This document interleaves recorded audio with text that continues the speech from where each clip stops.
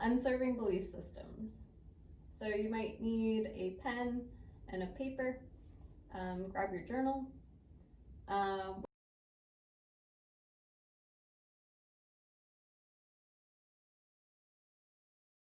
we're going to start to understand our unserving belief systems. So we will draw awareness to what role they play and how they tend to leave us feeling pretty stagnant in several different areas of life. Our conscious beliefs and our unconscious ones make up our entire kind of map of the world. This impacts the role that we play in it. In other words, much of who we are is based on what we actually believe about ourselves. So, in many cases, like we kind of talked about, our beliefs aren't even our own. They were taught to us when we were very young and kind of impressionable, but now they determine our feelings, our thoughts, our behaviors, and these can become the basis of our personal realities. So if you tend to see recurring patterns that keep happening for you, that cause pain, that cause struggle, that cause anxiety or stress, these are probably your unserving beliefs at work. They are often the root cause of why we react in a certain way when we feel triggered, or when we feel offended, or when we discover something that we'd rather not, or when there's unfavorable comments made, or unfavorable events or situations that take place. Our beliefs get bumped up against and kicked into gear during arguments, in our inner struggles, right? Internal battles that we have. And when old stories kind of rear their ugly heads and say, "Hi, I'm still here," um, it's what kind of shows up when we get into our patterns of self-sabotage, right? When we feel that disconnection, and when things don't go our way or aren't up to our expectations of how we imagine the outcome to be. It's what comes up when we think about our past and our future, when we attempt to step out of our comfort zone. So lots of places, right? These form based on our wounds, our conditioning, our traumas, and our behavioral patterns. They can get hardwired into us when the belief feels like it's holding true one too many times. We can think of these beliefs as kind of filters for every single experience. Some of our perceptions can be very skewed because when the initial pain response occurred, we were not really viewing it from an adult perspective. When we talk about these formations of beliefs, we're looking for what actually happened in our environment that created the rules of how we reacted when our brains were trying to keep us safe. So you might need to rewind that and listen to that again. So we come into this world and we don't know anything. We don't know if life is easy, we don't know if it's hard. And really, depending on our environment, we look to our parents, we look to people that we trust, our families, and kind of discern that question, right? We look to how they behave and how they respond. How did mom act when she was overwhelmed? Or how did dad act when you did something wrong? Or how did your school teacher respond when you got the answer wrong? How you perceive these events has a massive impact on how we operate as adults. As a side note, we have to keep in mind that not everybody is blessed to have the most amazing teachers surrounding them. A lot of our adults in our lives during childhood could have done better if they had better parents themselves, or they had better tools that we kind of have now. I know that it's easy to kind of jump to, well, my parents did the best that they could with what they had, right? This doesn't serve us in any way. It actually takes away the power within ourselves. Everyone is always doing the best with what they have at any given moment, right? We have to acknowledge it for what it was, right? We can be in a place or in a space of feeling love for the caretaker while also feeling resentment. Those two things can exist. Our mind filters everything we experience through our senses, through some kind of stimulus, like so if it's touch or sight or hearing or smell or taste. When these get stimulated, you have a reaction, and then you get pulled into your belief system. You are not actually responding to the present moment, that experience. You are responding to the past. So we experience a particular event, we interpret it, and then we create a general rule and a story that shapes our perception. Our story, or our perception of that story, is what's actually keeping us stuck. It's why we keep on replaying the same patterns over and over. And so in order to not do this, we have to see things as brand new, without letting those old memories kind of cloud the way you innately desire to respond. I see life in a different way than you do, based off of my belief system. My need to be in control to be safe and my fear of rejection can lead me to have a lot of trouble staying in the present moment because I am so hyper focused on all of the things that could go wrong. That I don't start projects or ever finish them. While a person, for the same example, who needs to really hold it together for everybody to make sure everybody's okay all the time, when they take on so many projects and they try to do it all on their own to the point where they begin to neglect themselves. So this person might always say yes when they really want to say no. Or they might be dealing with so many people's dramas that they feel like it's their responsibility. Whereas that never happens to me. So our beliefs are mostly unconscious, and we need to bring them to the surface to actually release their power over us. So let's get clear with them so that when they do come up, they don't run the show. If we know them and we identify them, they are way easier to change. So we are going to get really honest with ourselves and do a few little writing exercises in the following modules. It's broken up into 4 modules, so you can take them one after the other, but take time in between. Grab your journal, try to focus on the past year in this exercise, and write down the following. So top 4 common beliefs, 1, 2, 3, 4. And then we will go from there. So let's get started. So top 4 common beliefs. We need to figure out what our beliefs are, right? So we can probably sit here and logically know that they aren't true and that they are actually running on the subconscious.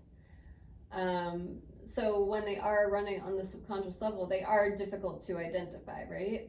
And I'm here if you need help. These are messages and beliefs that our brains will go straight to when we start to feel emotionally triggered into fear, into sadness, into shame. And these tend to be limiting beliefs, so naturally they tend to be on the negative side. So don't feel bad if they are. Some of the most common ones are, I have to hold it together for everyone, like I mentioned before. I have to help everybody to be loved. I'm always abandoned. People always leave me. I have to be in control to be safe, to be normal, to be okay, to be loved. I'm not enough. I am a disappointment. I am the peacekeeper. I need to help solve everybody's arguments, everybody's problems. I'm always going to be rejected. I am unworthy. I am unwanted. I am invisible. I'm powerless. I'm never validated. I always fail. So usually what it comes down to is only a few of the bigger themes. I will always be rejected. I will be abandoned. I have to hold it together for everybody. I am unworthy. I am not enough. I am a disappointment. Usually those three are together. I have to be in control to feel safe, normal, okay, loved. So you may feel the desire to put down some positive spins on this. And if you are being honest with yourself, then please put them. Know that we're doing this work for kind of a reason, like we're trying to elicit our natural tendencies that are operating on a subconscious level. So let it be known that there's no shame in it being negative. And every single human on the face of this earth has one or two of these beliefs. So in the next module, we're going to go to emotions.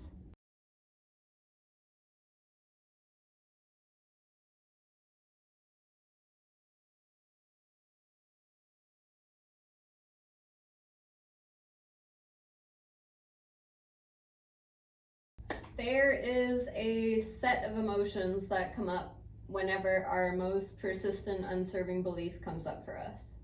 We will be identifying these emotions and drawing awareness to them.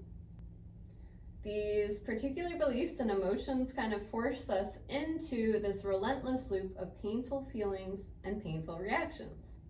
We become hooked either on feeling a familiar way or responding in an automatic way. We are trying to get ourselves out of responding and reacting in an automatic way.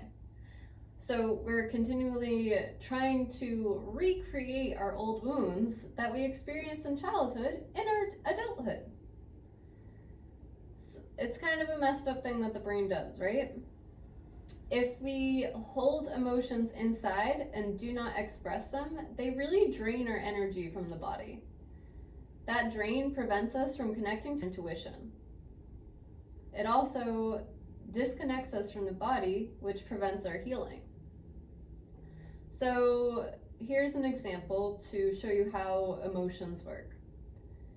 Take rejection. If your mother was there, but she was never really present, or if she never understood where you were coming from or what you were saying, so she unknowingly or knowingly dismissed you, or if one time she was distracted by something else and made you feel insignificant, you could have an unserving belief of always being rejected, right? You probably tried to find ways to be rejected through self-sabotage in relationships or career. Your initial emotion to a lot of situations that makes you feel like you were going to be rejected might be fear, right? I have fear come up when I think that I'm going to be rejected. Then you can kind of think of what happens next. Is it anxiety? Is it worry? What emotion do you use to kind of protect yourself? Then once you are rejected, what is it that you feel? What is your emotional response when you stop trying or you just give up? So it's that initial emotion, the emotion that tries to protect you, and the emotion that you just give up. So top 4 emotions. Write down your most common emotions in order of most frequently felt. Think about your emotions from day to day. Think about situations at work. Think about situations in your family dynamics, with your husband or your wife, with your partner, with your kids.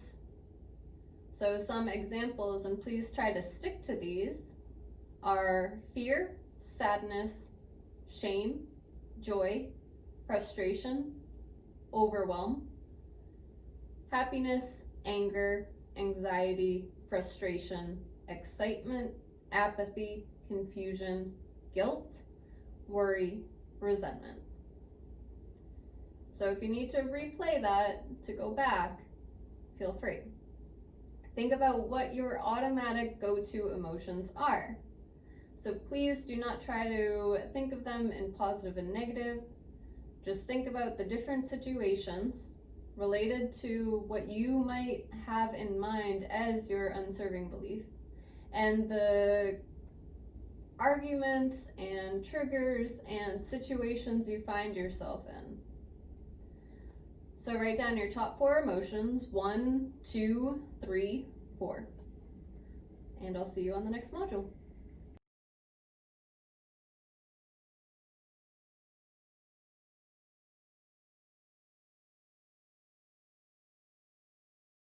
Friends and family. So, your friends and family that take up energetic bandwidth.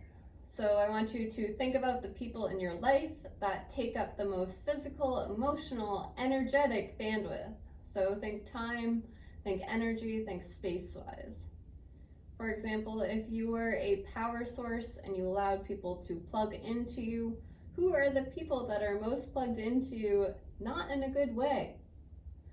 These can be human beings, these can be coworkers, a boss, a friend, a family member. Sometimes it can be a job. It can also be a miscarriage that really shifted your relationship to yourself or a relationship to your partner. It could be connected to your current thoughts. Someone in your life that has passed away. Even an ex. If they're taking up a lot of time and space in that brain of yours, put them down.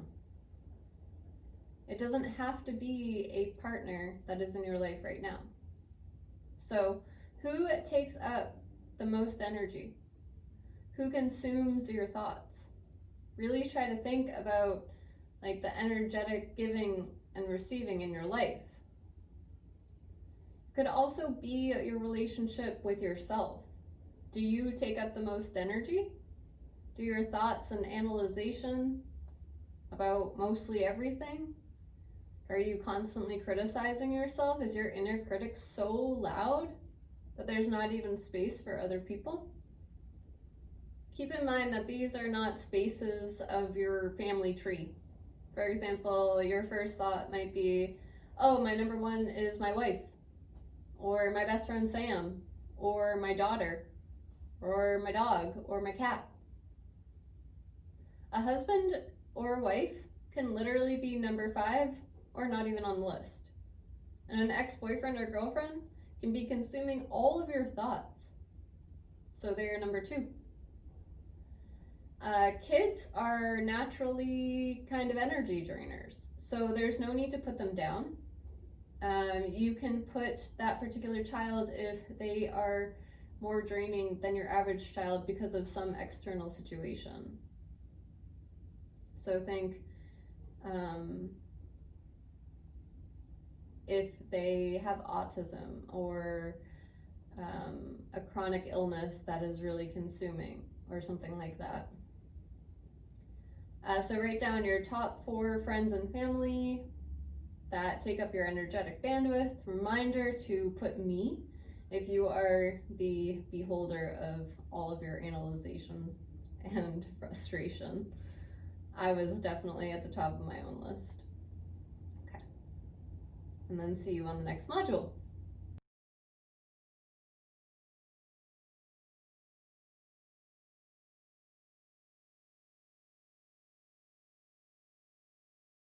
Okay, so 4 of the most prevalent themes or topics that show up in your life.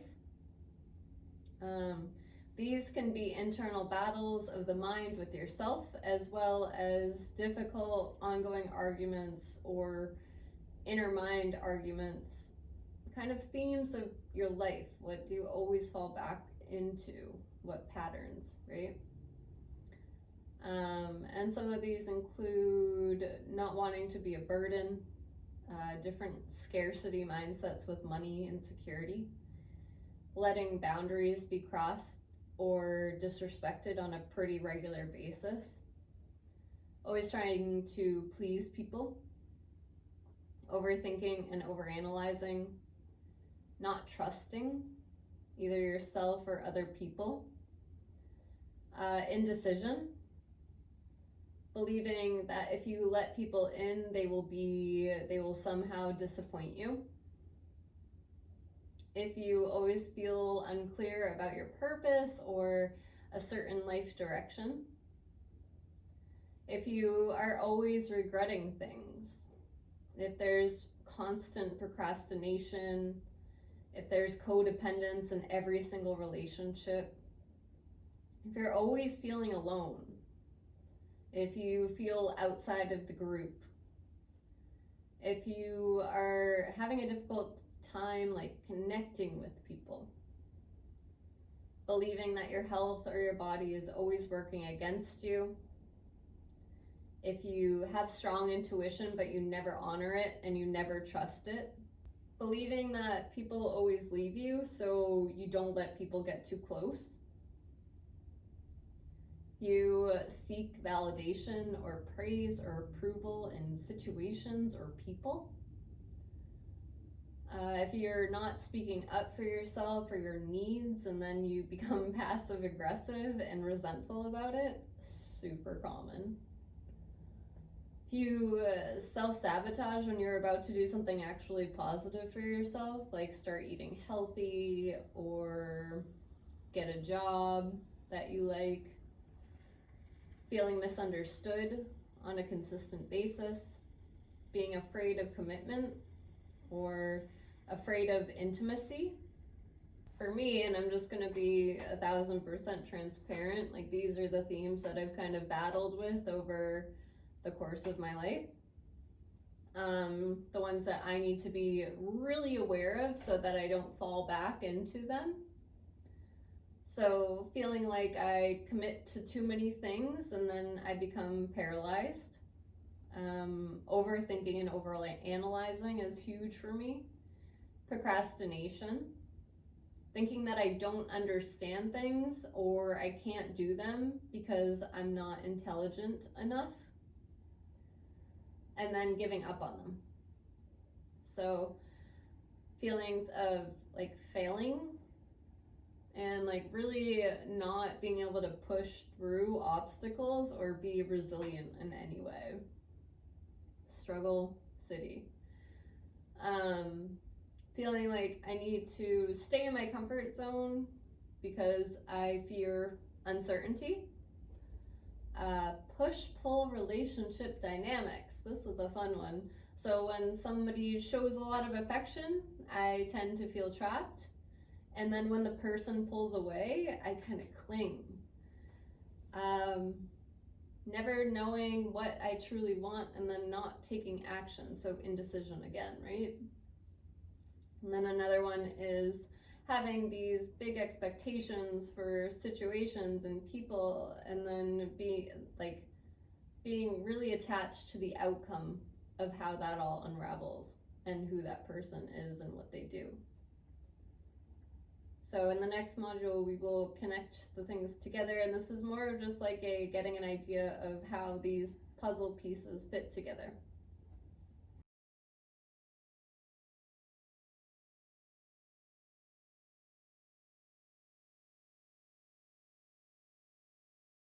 So how is it all connected? Which friend or family or situations bring out which emotions? So kind of imagine, like look at your friends and family and situations, and then look at emotions. How are they connected? Which emotions and which people are connected? And if you want to, like make a copy of this and then write it all down again and do some arrow drawing, right? So which friends are connected to which conflicts and themes? Which conflicts and themes are tied to which emotions? And then which emotions do you feel most with those beliefs? So it's kind of like an arrow drawing exercise, kind of play around with it.